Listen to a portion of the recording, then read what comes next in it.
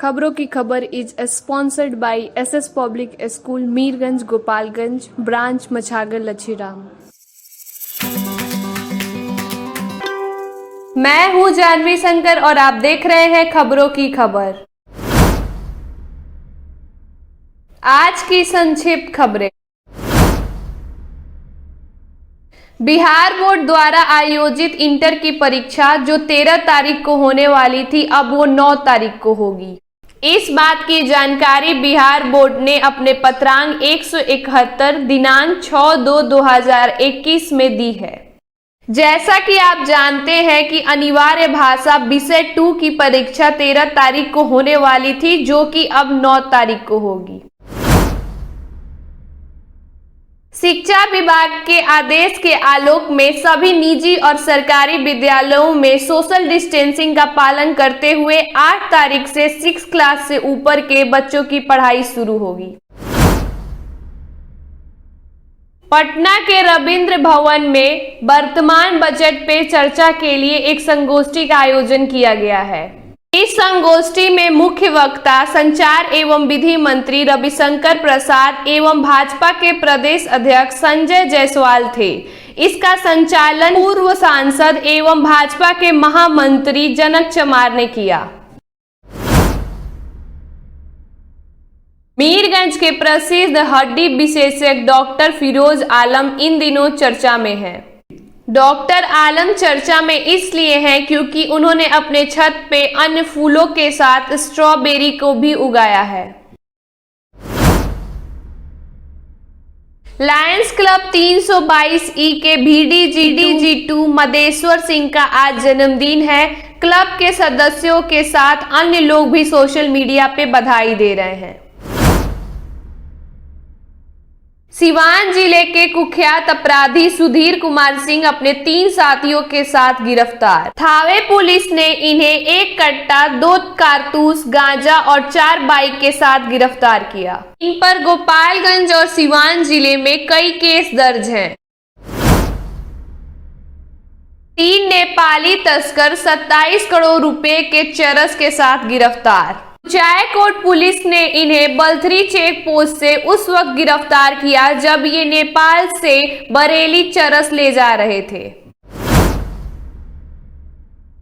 मीरगंज के एक निजी मैरिज हॉल में भाजपा के 2 दिवसीय कार्यशाला का आयोजन हुआ। इस कार्यशाला में प्रशिक्षकों ने कार्यकर्ताओं को मोदी सरकार के उपलब्धियों को बताया और उसे जन जन तक पहुंचाने के लिए कहा।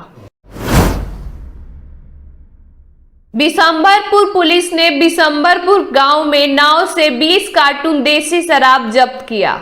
यह शराब यूपी से गोपालगंज लाई जा रही थी। पुलिस ने शराब के साथ 2 तस्करों को भी पकड़ा।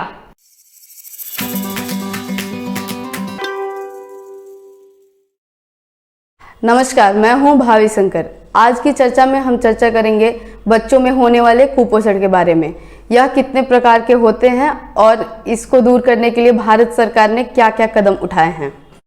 हाल ही में बजट पेश करते हुए केंद्रीय वित्त मंत्री निर्मला सीतारमण ने भारत में व्याप्त कुपोषण को दूर करने के लिए पोषण अभियान को रीलॉन्च करके पोषण 2 करने की घोषणा की है। आंकड़ों की माने तो the state of the world children 2019 के रिपोर्ट के अनुसार विश्व में 5 वर्ष तक की उम्र के प्रत्येक 3 बच्चों में से 1 बच्चा कुपोषण से ग्रस्त है। वहीं भारतीय बच्चों में प्रत्येक दूसरा बच्चा कुपोषण के चपेट में है।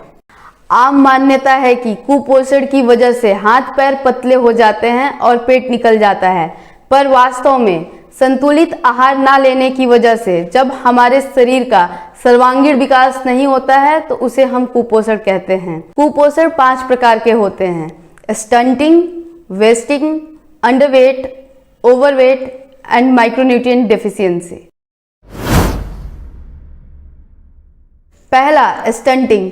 जब किसी बच्चे का कद उसकी आयु के अनुपात में कम रह जाता है तो उसे हम स्टंटिंग कहते हैं। ग्लोबल न्यूट्रिशन रिपोर्ट 2020 के अनुसार भारत में 38% बच्चे स्टंटिंग से ग्रस्त हैं। दूसरा, वेस्टिंग। जब किसी बच्चे का वजन उसके कद के अनुपात में कम रह जाता है तो उसे हम वेस्टिंग कहते हैं। लगभग 22% बच्चे वेस्टिंग से ग्रस्त हैं।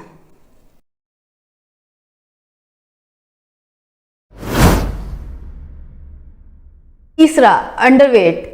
जब किसी बच्चे का वजन उसकी आयु के अनुपात में कम रह जाता है तो उसे हम अंडरवेट कहते हैं।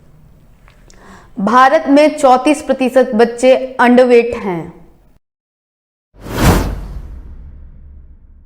चौथा, ओवरवेट। जब किसी बच्चे का वजन उसकी कद के अनुपात में ज्यादा हो जाता है तो उसे हम ओवरवेट कहते हैं।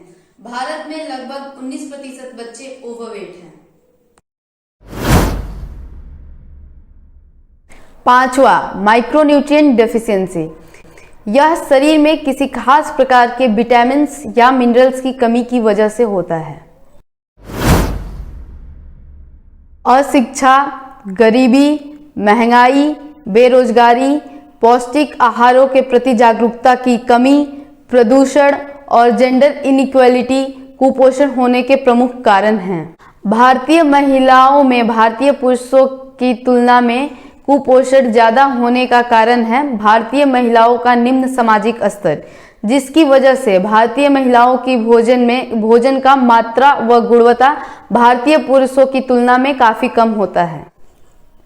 भारत सरकार ने कुपोषण को दूर करने के लिए कई सारे वेलफेयर स्कीम्स शुरू किए हैं, जैसे कि PDS यानी कि public distribution system, MDM mid day meal scheme, anganwadi, Poshan Abhiyan. लेकिन इन प्रोग्राम्स एंड पॉलिसीज के सही तरीके से इम्प्लीमेंटेशन ना होने की वजह से भारत में कुपोषण आज भी बहुत ज्यादा है।